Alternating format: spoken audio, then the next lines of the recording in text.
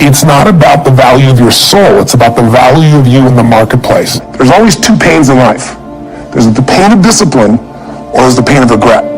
It's not what happens that determines the quality or the quantity of your life. It's not what happens. And the reason is because what happens to about everybody. No different. The sun went down on all of us last night. A common event, a happening. And I found out that the same things can happen to two different people. One gets rich and one stays poor. Why is that? It's because it's not what happens, but rather it's what you do that changes everything. What's an area of your life right now that you really want to improve? What's an area that's important to improve? Your body's great? How about your career? Career's great? How about your relationships? Intimate one especially, or your kids, or your relationship with your creator, your spiritual side of your life, or is it your finances? Figure an area that really matters. Decide on that area. I say to people, you got to participate in your own rescue. You've got to retool yourself. Lasting change is different than a goal. You don't always get your goals, but you always get your standards. Everybody in life gets their musts. They don't get their shoulds. Most people have a list of shoulds, don't they? Don't you have a list of the shoulds, things you should do, you should follow through on? I should lose some weight, I should work out more, I should make more calls, I should respond more rapidly to my email, whatever, you know? I should get into the office earlier, I should be, more confident. Whatever your should list is, people love to have their should list be met, but it's kind of like New Year's resolutions. If it does, it's really exciting, but if it doesn't, which is most of the time, it's a little disappointing, but you kind of know it's not going to happen. But when you decide something is a must for you, an absolute must, when you cut off any possible, you say, I'm going to find the way, I'm going to make the way. Human beings, when they resolve things, when they make a real resolution inside themselves, which is they raise the standard, they make it a must, they find the way. Everything in life is always changing. We don't have to work on change. Change is automatic, but progress is not. So if you want to make real progress, then you really got to look at your life in a different way. You got to say, I got to take control of this process and not just hope it's going to work out like people do who make a resolution. My mom was a powerful woman, so she kicked my forefather out, whose name I carry, and he adopted me. And when he went out, she decided it wasn't his side, so she kicked me out too by chasing me out with a knife. And I wasn't worried she was going to stab me or anything, but I decided this is freedom.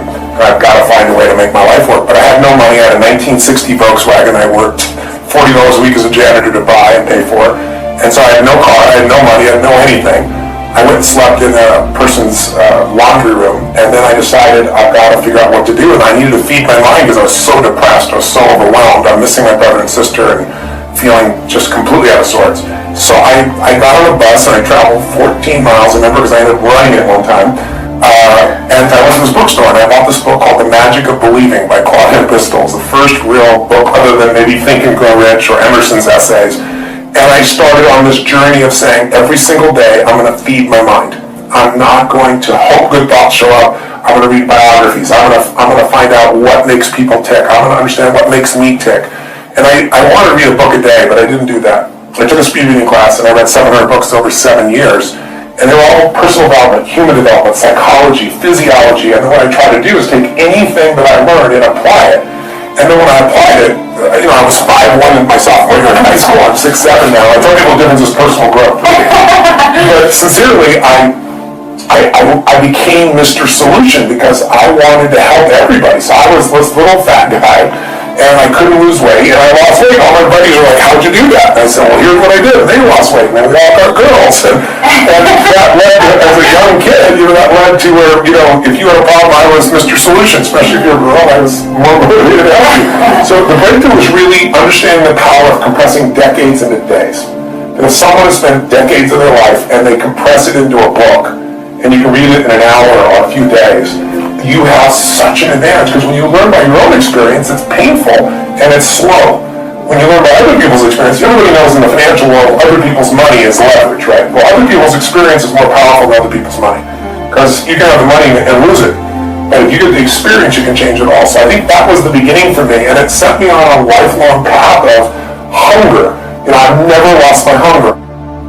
You get on an airplane, what's the first thing they say? If we get into trouble, mask will come down, oxygen's there, and the first thing you got to do is put it on your kid, right? No, why?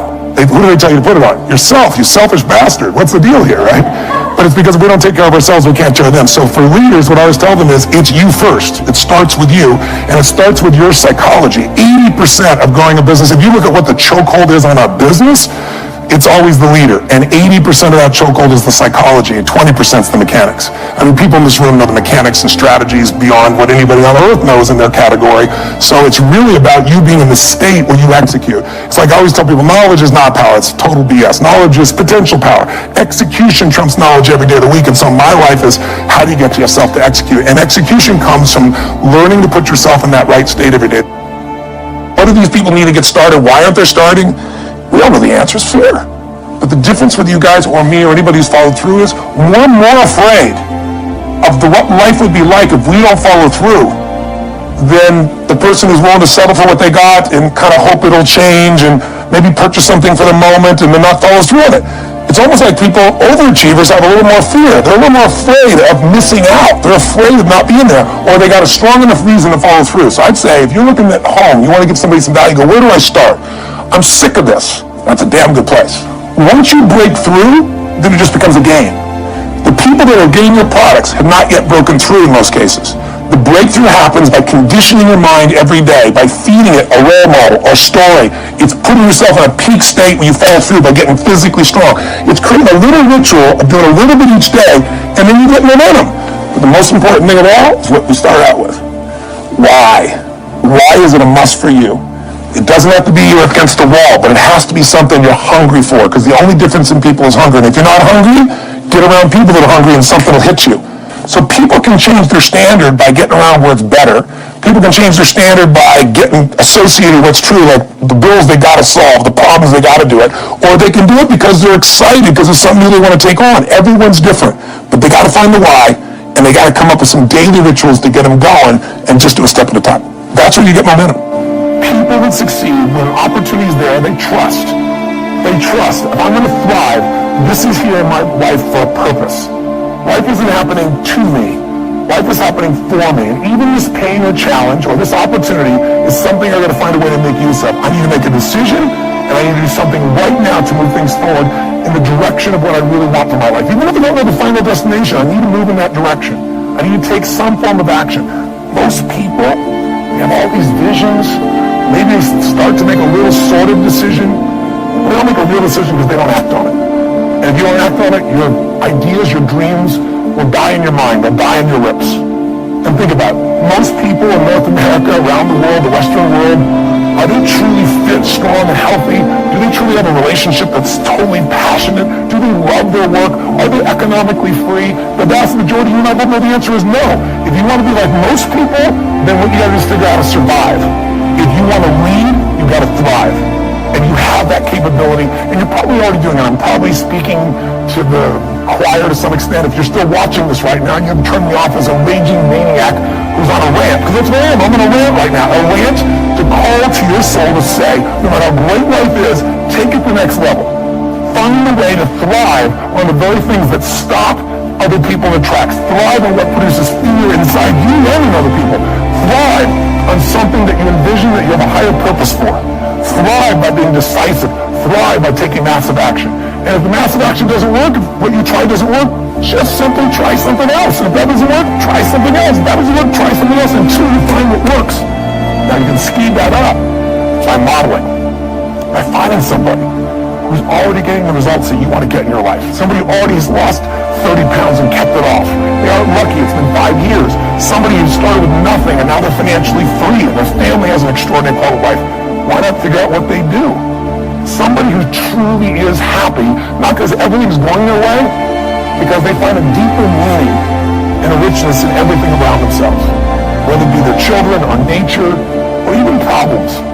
Because obviously, if you have no problems, if you're dead inside, problems can either destroy you or cause you to become more. If you look at the biggest challenges in your life, if you brought certainty to it, if you got a vision beyond the problem, if you made some decision of what you're going to change, you didn't know how, and if you took immediate action with enough intensity, massive action, you probably found the cure-all. You probably found a way to adapt and get where you want to be. That's what thriving is really all about. But the ultimate thriving is not just breaking through and making things happen. The ultimate thriving for this year or any year of your life is to remember the secret to living is giving. It's to, as corny as that sounds, it's to connect to something bigger than yourself. And it can be done so easily. It can be done right there at home. Instead of running past your kids, looking at your phone, it's stopping, connecting. It's kissing your spouse in a way where those sparks happen, like when you first met, instead of how you doing and moving on. Most of us are moving so fast, trying to manage our lives, that we're not thriving. Thriving comes with depth. You're not going to find thriving in a friendship that happens in milliseconds online. Nothing wrong with it. It's great connection. But a depth of a real friendship is not your Facebook friend. It's not the same as being with somebody and actually having your full attention, not while you're monitoring what's going on your cell phone. Just the experience of being with somebody. But contributing your caring, contributing your interest, contributing in a simple way, finding some way to give love, attention, care, joy, or happiness to any human being. It doesn't have to be working in a soup kitchen, but that can be pretty wonderful too. Volunteering an hour in a month, an hour in a week can change a person's life. But it can be outside world, it can also be really on the inside world. If you want to thrive, then you got to remember life's not about me, it's about we. You already know it. It's in your soul.